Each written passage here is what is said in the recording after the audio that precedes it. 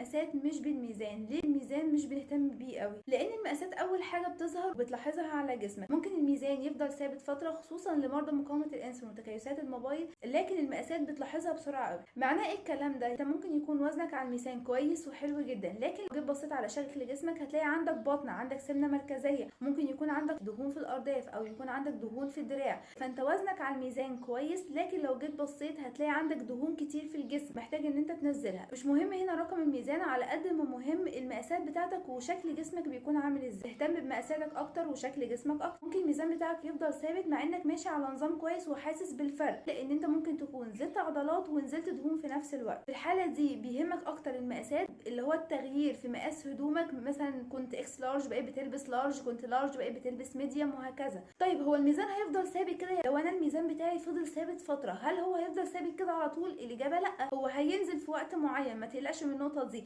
طول ما انت ماشي صح وماشي على نظام غذائي كويس وحاسس بفرق في المقاسات بتاعتك، فانت هتنزل على الميزان، هتنزل على الميزان. لكن ما تخلوش الهدف الاساسي بتاعك، ما تخلوش يحبطك، لان هو مش المقياس الاساسي والوحيد بالنسبه لك لقياس الوزن. المقاسات هي الفرق الوحيد ليك.